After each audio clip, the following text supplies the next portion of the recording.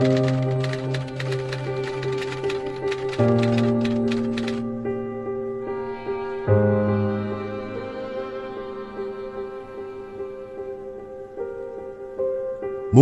NU di Cipasung adalah muktamar yang paling melelahkan, terutama bagi Gus Dur, para kiai sepuh, dan kelompok muda yang mendukungnya. Muktamar yang diselenggarakan di pesantren asuhan Kiai Haji Ilyas Ruhyat ini adalah palagan terbuka antara Gus Dur dan penguasa Orde Baru, Soeharto. Di tahun-tahun ini, Soeharto berada dalam puncak geram terhadap Gus Dur. Gus Dur secara terbuka menempatkan diri sebagai penantang utama bagi sang jenderal penguasa ini.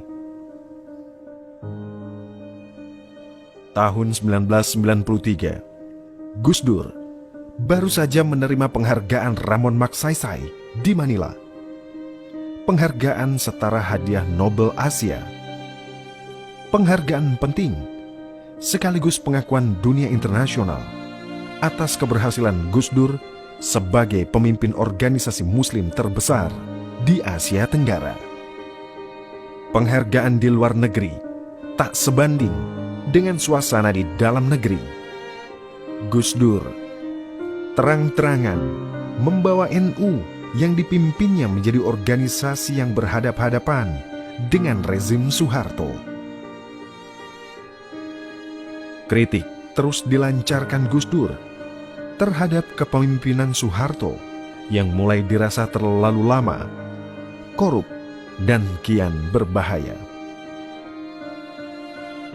Selain melalui NU, kritik keras Gus Dur juga disampaikan lewat Forum Demokrasi, Fordem, yang bergerak sebagai oposisi yang keras bagi kekuasaan yang otoriter.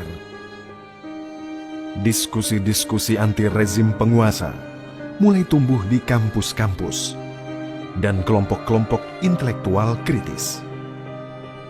Gus Dur menjadi lokomotif demokratisasi di masa sebelum reformasi ini. Apa yang dilakukan Gus Dur? Mau tak mau mengganggu tidur nyenyak Soeharto dan membuat hubungan Gus Dur dengan ABRI tidak mesra. Apa yang dilakukan Gus Dur adalah sesuatu yang menggelisahkan bagi rezim yang 3 dasawarsa berkuasa.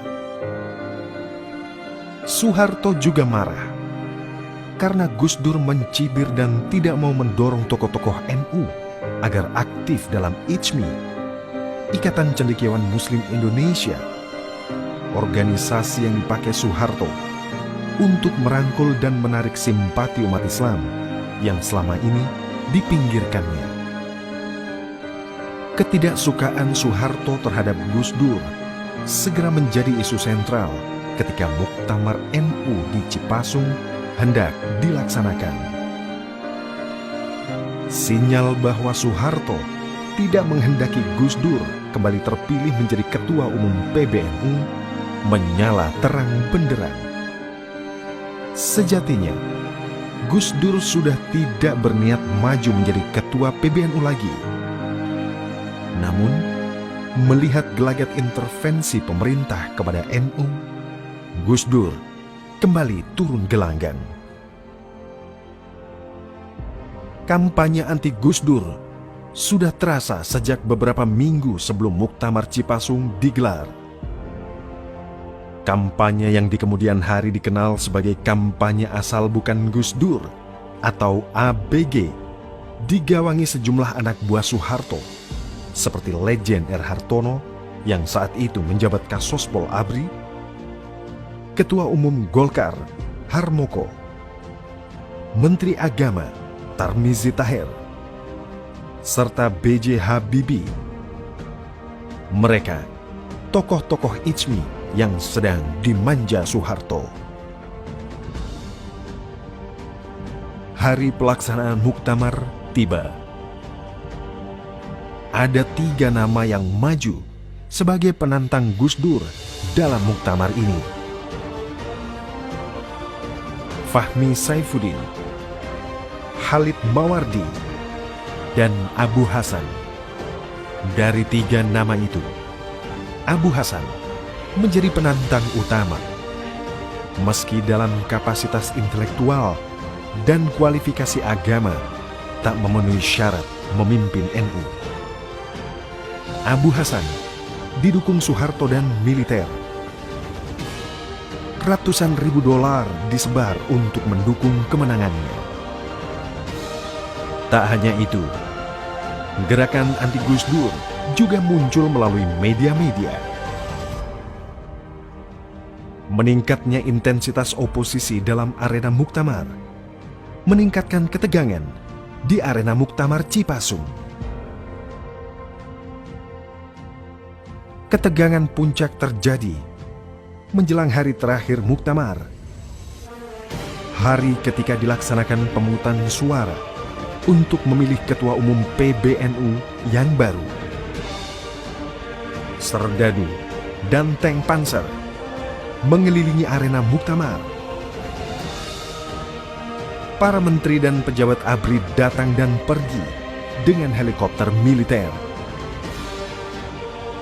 Para kiai sepuh menangis dan terus merapal doa. Anak-anak muda murung membayangkan masa depan NU di bawah kooptasi pemerintah Orde Baru.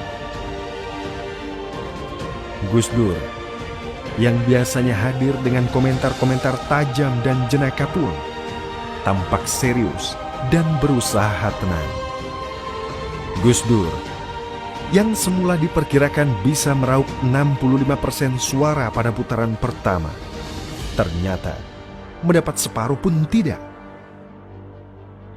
Lewat tengah malam, suasana makin genting. Pukul 3 dini hari, perhitungan putaran kedua dilaksanakan. Apapun bisa terjadi, termasuk kemungkinan kecurangan dan konflik di arena muktamar. Menjelang pagi, ketika doa-doa para kiai mangkus, Gus Dur berhasil memenangkan pemilihan. Ia mendapat 174 suara, mengungguli Abu Hasan yang mendapatkan 142 suara. Pengumuman kemenangan Gus Dur lewat pengeras suara langsung disambut tangis haru para kiai yang hadir. Anak-anak muda NU yang berada di luar ruang pemilihan, mereka meneriakan yel-yel, "Soeharto has to go! Soeharto has to go!"